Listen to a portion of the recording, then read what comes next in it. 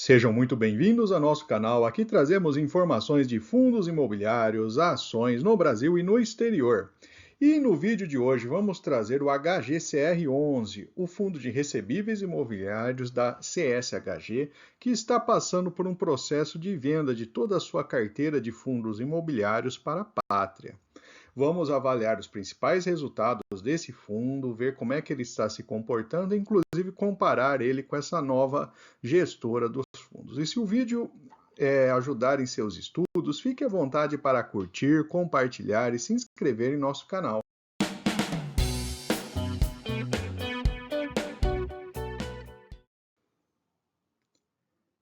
E vamos começar trazendo uma visão do seu portfólio, nos principais devedores, dos instrumentos de dívida, os CRIs do patrimônio líquido.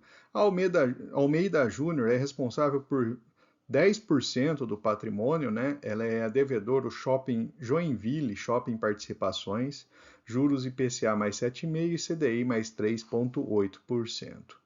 Temos o Rogemac 1 e 2, tem 7,43% do patrimônio total, em dois instrumentos, um a CDI mais 3, outro CDI 4,75%.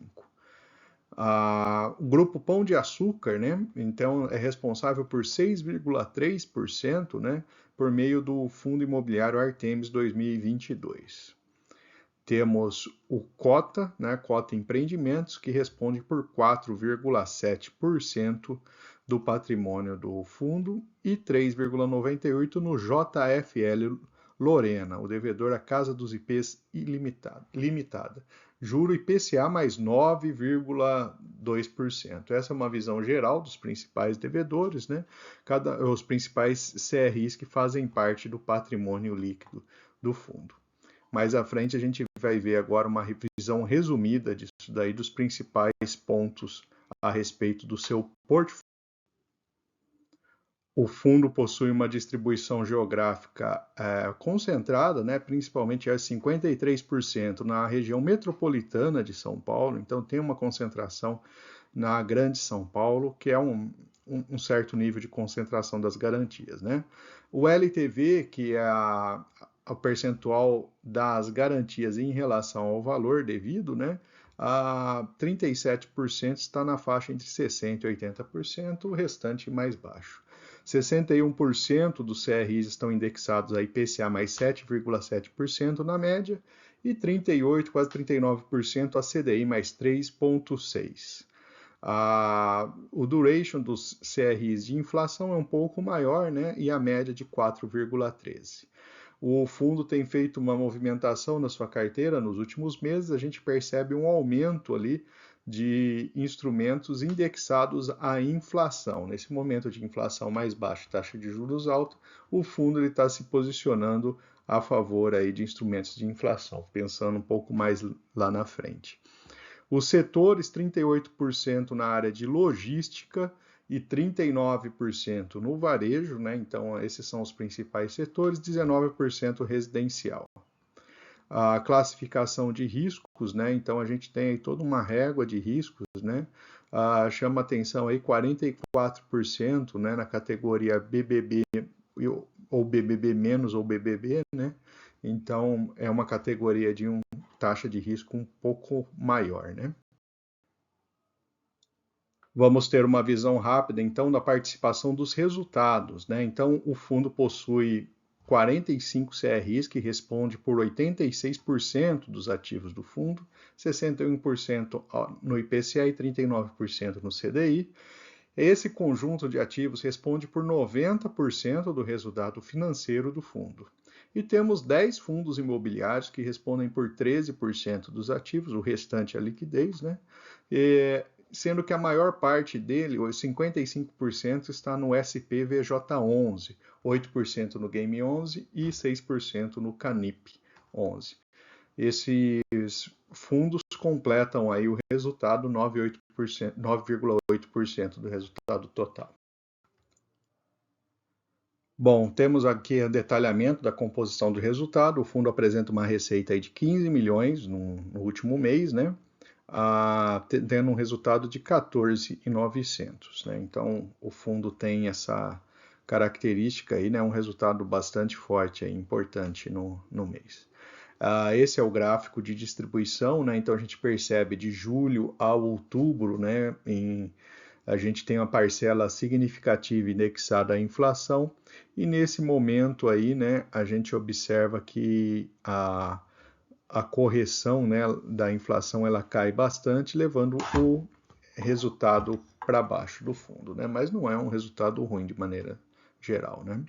O patrimônio líquido, então, ele tem 1.436 de CRIs, 217 milhões em fundos. Ele tem uma alavancagem, né, de 200 milhões aproximadamente, e essa daí é uma evolução aí do seu saldo dessa alavancagem.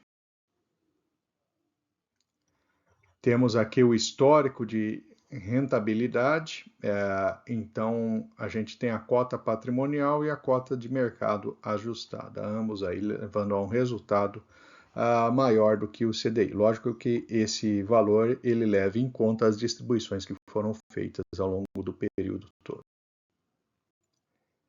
Trata-se também de um bom fundo em termos de volume, boa liquidez, 73 milhões de liquidez no mês, né? Dando uma liquidez aí bem elevada. E 104 mil cotistas, é um fundo que ao longo do último ano apresentou aí um aumento de interesse por parte do investidor. Então vamos agora comparar o HGCR11 com outros fundos de papéis da Bolsa e coloquei logo abaixo o CVBI11, que ele é administrado pela VBI, né, que também pertence ao Patria, para fazer uma comparação aí bem próxima, né, do resultado dos dois fundos que agora vão estar todos, né, depois de todo esse processo de venda, quando se for aprovado e tudo, vão estar todos aí com a Patria. O HGCR tem apresentado um dividend yield interessante, 13,4% no acumulado. Sua relação preço-valor patrimonial está ligeiramente alta, 1% acima, né? É um fundo que cresceu seu dividend yield 12% nos últimos 3 anos. O CVBI, por exemplo, apresentou queda de 7%. Ele tem uma boa liquidez diária de 3,5 milhões, tem 2,5% em caixa e um patrimônio de 1,6 bi. Chama a atenção que a sua taxa de administração é a mais baixa do grupo, então é um dado positivo para ele. E analisando o histórico de quem investiu, né, há 1 ou há 2 anos, a cota ela variou muito pouco, né? Há 2 anos ela caiu 3%, mas os dividendos recebidos foram bastante interessantes aí e permitiram um resultado bem acima da inflação. E esse é o gráfico, né, da cota. A gente tinha ali até 2019 um patamar ligeiramente mais alto. Desde a queda ali que ocorreu em 2020, ele tem ficado aí lateralizando aí nesse patamar de cota, né? De valor da cota. Um rendimento mensal médio de 1,15 nos últimos 2 anos. É um rendimento interessante para o fundo. E, finalmente, vamos falar dos pontos positivos e negativos para investimento no fundo. O lado positivo, ele combina IPCA com CDI, né? É uma configuração interessante nesse momento e ele está se posicionando esperando aí um crescimento da inflação futura. Ele tem um bom nível de diversificação entre os devedores. Na nossa opinião, a mudança de administradora, por enquanto, não deve trazer preocupações para o investidor, né? Então, pela estrutura que está sendo posta, até o que foi divulgado até o momento, não deve trazer problemas, e uma taxa de administração baixa. O fundo ele tem, do lado negativo, um percentual relevante da carteira em varejo. Então, com a crise, né, com a taxa mais elevada aí do varejo, né, o varejo está passando por um momento complicado, pode refletir, respingar alguma coisa nos CRIs dele, mas não há nenhum sinal de alerta ligado no momento. A relação preço-valor patrimonial está um pouco acima de outros fundos de papel e tem uma concentração geográfica das garantias na região metropolitana de São Paulo. E vou aproveitar para deixar nossa playlist de fundos imobiliários. Lá você encontra diversos ativos. E fique à vontade também para curtir, compartilhar, comentar o que você achou desse vídeo. E se você não for inscrito, também deixarei o link aqui para você se inscrever em nosso canal.